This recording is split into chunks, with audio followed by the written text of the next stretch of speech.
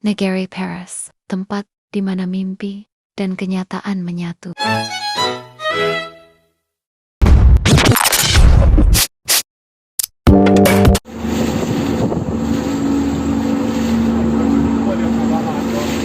Di sebuah dunia yang luas dan penuh warna, ada sebuah negeri kecil yang begitu istimewa hingga banyak orang mengira ia hanya ada dalam mimpi. Negeri itu bernama Paris. Ia bukan hanya sebuah kota, tapi sebuah negara utuh yang berdiri di atas nilai cinta, seni dan kehidupan yang dijalani dengan penuh makna. Negeri Paris tidak seperti negeri lain. Tidak ada gedung pencakar langit yang memotong langit biru. Tidak ada suara klakson membisingkan telinga. Dan tidak ada kesibukan yang menenggelamkan manusia dalam rutinitas tanpa makna. Di Paris waktu berjalan pelan dan cukup pelan, agar manusia sempat menikmati matahari pagi yang menyentuh pipi. Cukup lambat agar mereka bisa mendengar alunan musik jalanan yang dimainkan dengan jiwa, bukan sekedar keahlian. Setiap pagi, jalanan Paris dibasahi cahaya keemasan. Para pemilik kafe menyapu trotoar, aroma kopi hitam dan croissant hangat menguap dari balik jendela kayu yang terbuka. Sungai Seine mengalir tenang di tengah negeri dan mencerminkan langit dan burung-burung yang berterbangan bebas. Bunga-bunga ditanam di setiap sudut jalan dan pohon-pohon tua berdiri seperti penjaga yang ramah.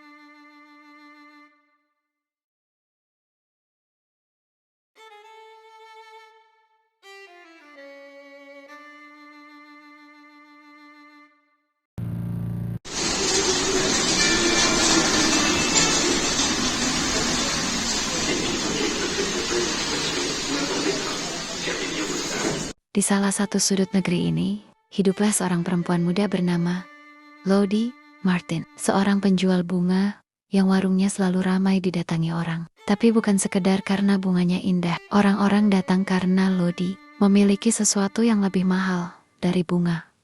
Jadi ceritanya, setiap kali seseorang membeli sekuntum mawar darinya, Lodi akan menceritakan asal-muasal bunga itu, dari ladang mana ia tumbuh, siapa yang menanamnya, hingga kisah kecil tentang petani yang menyanyikan lagu Prancis klasik saat menyiram tanaman. Bagi Lodi, Paris adalah taman hidup, dan setiap orang yang datang padanya akan selalu pulang dengan hati yang lebih hangat dari sebelumnya. Keunikan negeri Paris bukan hanya dari suasananya yang damai dan pemandangannya yang seperti lukisan, tapi dari cara hidup rakyatnya. Di Paris, setiap orang diajarkan untuk menghargai keindahan. Sejak kecil, anak-anak dibiasakan membaca puisi, melukis langit sore, dan menyanyikan lagu-lagu rakyat di taman. Mereka tak hanya diajari menghitung dan menulis, tapi juga diajari bagaimana menikmati senyuman, menghormati waktu, dan mencintai bumi tempat mereka berpijak. Setiap akhir pekan, rakyat Paris berkumpul di taman-taman terbuka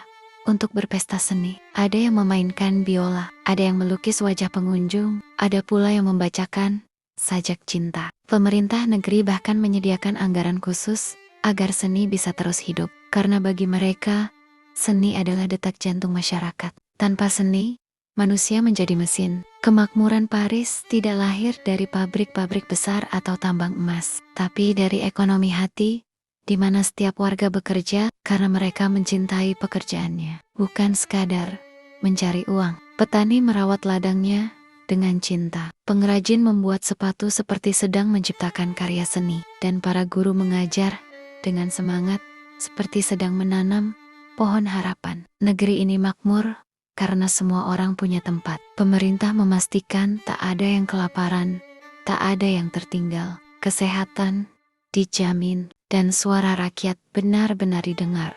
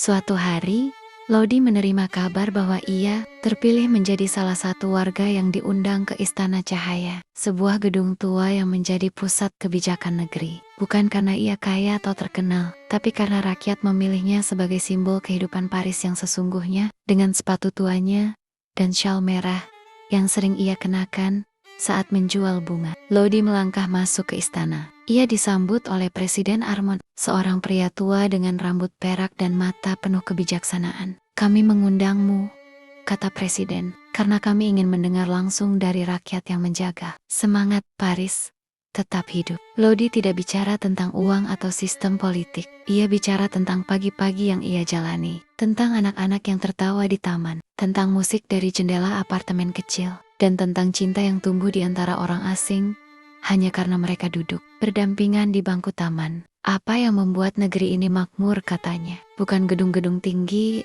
atau teknologi canggih, tapi hati rakyatnya yang saling merawat, saling menghormati, dan tidak pernah berhenti bermimpi." Dan sejak hari itu, Lodi menjadi simbol baru negeri Paris, bukan sebagai tokoh politik, tapi sebagai pengingat bahwa dunia bisa indah jika manusia hidup dengan penuh cinta dan tujuan. Setiap tahun, pada musim semi, rakyat Paris mengadakan festival Lodi, sebuah perayaan bunga, musik, dan cerita. Mereka menyebutnya hari di mana semua orang jadi seperti Lodi, hari di mana rakyat diminta berhenti sejenak dari kesibukan, lalu membagikan sesuatu kepada sesamanya, yaitu bisa bunga, bisa cerita, bisa pelukan, atau sekadar senyuman tulus. Paris, negeri kecil itu, terus menjadi inspirasi dunia, tempat di mana mimpi dan kenyataan bisa hidup berdampingan, tempat di mana kekayaan diukur bukan dari harta, tapi dari betapa dalamnya seseorang mencintai hidupnya. Dan di jendela kecil dekat Rue Claire, Lodi masih duduk setiap pagi, menyusun bunga, dan menyambut dunia dengan senyuman yang mengatakan, "Selamat datang di Paris,